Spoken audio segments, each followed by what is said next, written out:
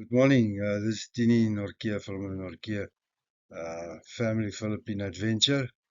I've just made a presentation to explain how we manage our electricity and water accounts with a boarding house and a shop here in Davao City in the Philippines. Uh, this slide show you is a summary I made on Excel spreadsheet of our electrical account for February. Total units, kilowatt hours used is 462 on the left-hand column, and then you see on the right-hand column, I've calculated all the charges, and here's all the kilowatt hours. There's rates for generation, distribution rates, and then we've got other rates. I think that the generation and distribution is like in a normal electrical bill, any place in the world you'll find that. But here's other. What's very interesting is lifeline subsidy. There's a senior citizen subsidy. There's surcharges of 2% of a certain amount that they charge you, and then you get the interesting one here as government charges. Then you've got to pay the franchise taxes. There's a fixed rate for generation, transmission, system losses, distribution charge, and one that we don't know about is other. Sorry, we're busy with sales. So I record all the sales that's been done. So there's another one, others. It's no explanation what that could be. And then we have universal charges. Now, universal charges, you get a missionary electrification, and another one, missionary electrification, MPC, depth, and then they come to the total bill of 4729.61. That was more or less our bill with the boarding house. And also what I want to show out, I take the total sum of all from there down here, I take the total sum to give me a sum of 13.52 that I use to calculate the bill of the tenants in the boarding house. Now here's an example of a boarding house. That's now according to the rooms, room 2 and room 3. I took as an example, there's a first reading and then the second reading and end of the month. The total kilowatt hours, and then I use that 13.52 rate and calculate the total. That is the total bill of electricity that's been paid. That is for the electricity for room 2 and 3. Now what I've done is, if you can remember what I showed at the bill, the government rates, what we're going to do is going to divide the government rates. It's going to add it to all the bills from the end of this month. So that'll be a little bit different. Then water consumption. Water is also quite expensive.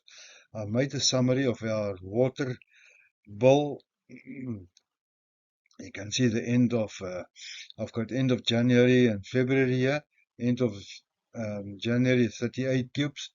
End of February was 46 cube meters per hour. This is very high. You can see there's about double in the cost.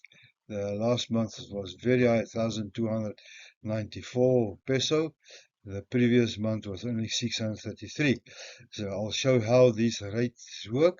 What I've decided after that very high rates, what I'm going to do is every day I take a reading. I take a daily reading. I skipped a week. That's for 9 days.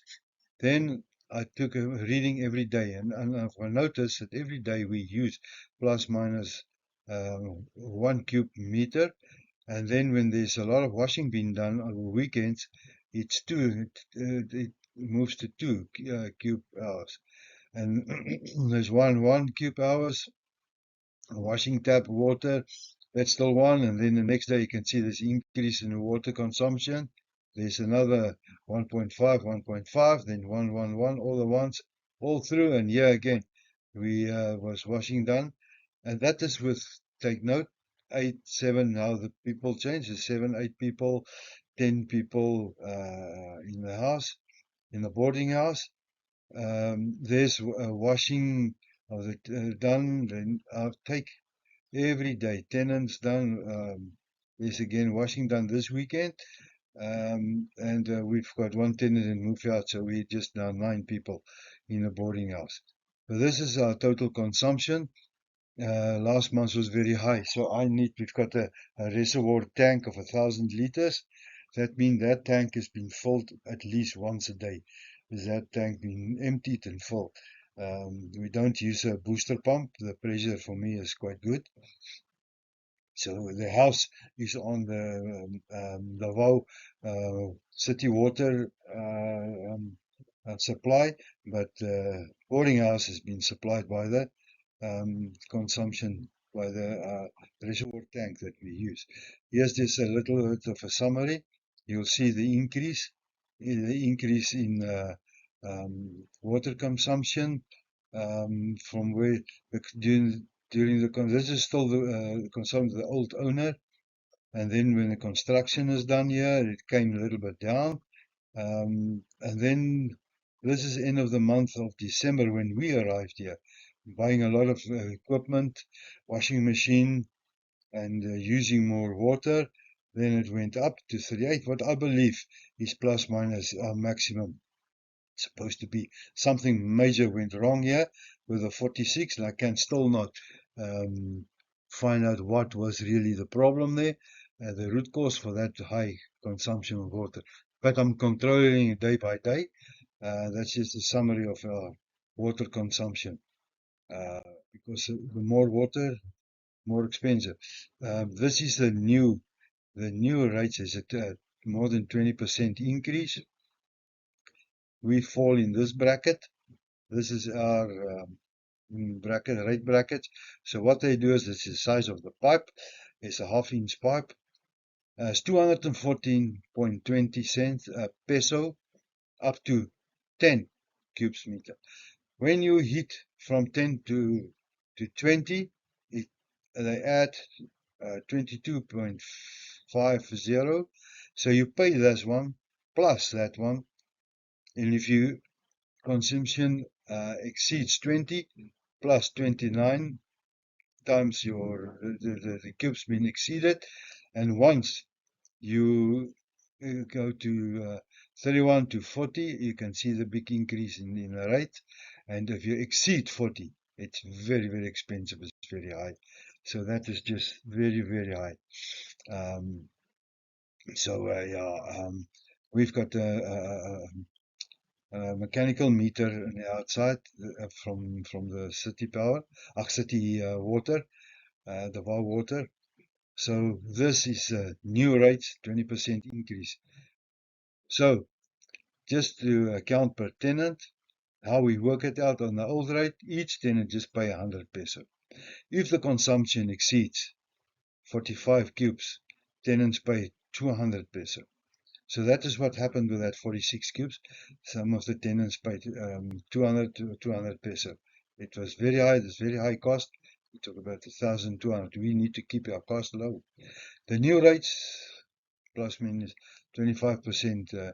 So from now on, a tenant will pay 125 rate for normal consumption.